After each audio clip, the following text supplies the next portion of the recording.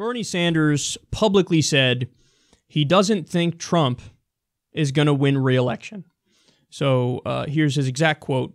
"I do not believe that if Trump continues these policies that he's going to be reelected, nor do I think that the Republicans are going to do well in 2018. The momentum right now is with the progressive movement in this country, and I think the Republicans are on the defensive and will be on the defensive increasingly." Okay, so you guys have to remember, when it came to the general election, I was like one of the last people on earth who was saying, no, seriously, this is still a race. Because, I mean, how early on did Nate Silver call it? He never gave Donald Trump a chance. That goes for the primary and that goes for the general. How early on did all the establishment media people say, I mean, this one's going to sink him here, man. I don't know what you guys are talking about. Remember, he said John McCain is a hero only because he got captured. I like people who weren't captured, he said. That's it. He's sunk. Virtually every single scandal, I said, no, you think it's the end of him. This is not the end of him, because what you're taking as like a prime example of a scandal that would sink him it's not really anything that's policy focused. So people in the country are going to be like, yeah, okay, whatever. It may have been a dick thing to say, but whatever. Or at least he's speaking his mind. I mean, these are the kinds of things people will say.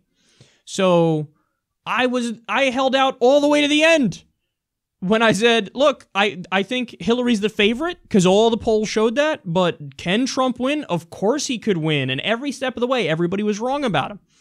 Say, oh, no, he's never going to win a debate. He won the first debate. Oh, well, I mean, come on. He's never going to win the next one. He won the next one. He's never going to win a primary. He won a primary. He's never going to win multiple ones. He won multiple ones.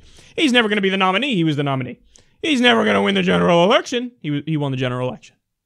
So everybody was wrong every step of the way. So I'm extra sensitive and my spidey senses go up when somebody says, no, he's done.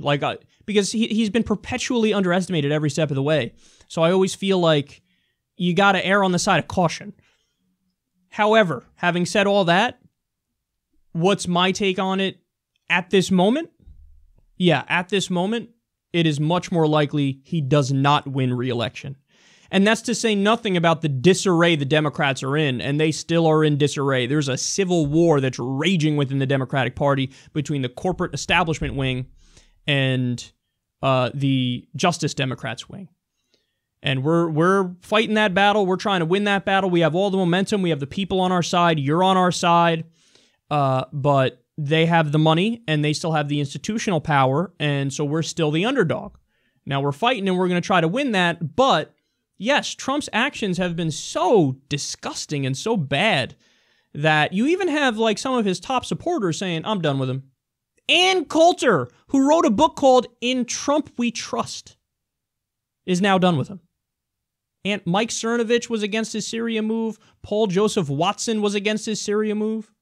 So, look, you have a guy who has no core philosophy. He has no guiding principles. He doesn't have any real solid thoughts on anything. He's just kind of this amorphous blob floating and just going wherever. I don't know, did a lobbyist from Big Pharma tell me something now? Okay, I flip on negotiating Medicare prices. Oh, I said anti-interventionist stuff, but are the neocons in my ear now? Okay, I'm going to listen to the neocons. He's just a dunderhead who, like the person who last spoke to him, who massaged his ego properly, they're the ones who get what they want. For a while, that was Bannon. Hey, for whatever reason, Bannon pushed the wrong buttons behind the scenes. He's done with Bannon. Now it's okay, let's go full-scale neocon here.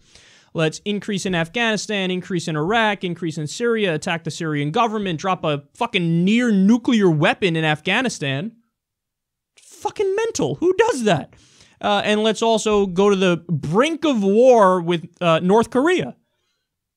So when you don't have an anchoring philosophy, like my theory during the election was the contradictions don't matter, because what happens is his supporters will read into what he said whatever they want him to have said.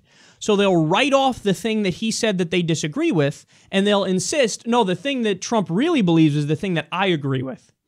But here's the problem with that. That works during the primary when you're dealing with, your followers who might not be that bright, and they want to see you in a good light, and they want to deify you, so they'll look at you in the best way. But then when you actually become president, what the fuck are you going to do? You can't do the contradictory things on everything, so what are you going to do? Well, you're just amorphous and you have no principles, and now it's showing. So now all the shit he said about half the time he said this during the campaign, oh, why are we doing these stupid wars? Why are we nation building? Let's spend that money here at home. Well, guess what? Like I just told you, he increased all over the place. He dropped a near nuclear weapon on Afghanistan. For what? For what? There's 800 ISIS guys in Afghanistan. They're fighting the Taliban. What the fuck are you doing? What are you doing? What are you doing? $314 million. Gone. On the brink of war with North Korea. I mean, these are things that, people in the Rust Belt who voted for Trump after they voted for Obama twice, people who just want to keep their fucking jobs, now they're like, yeah, totally, this is great, I love war with North Korea. What the fuck? No!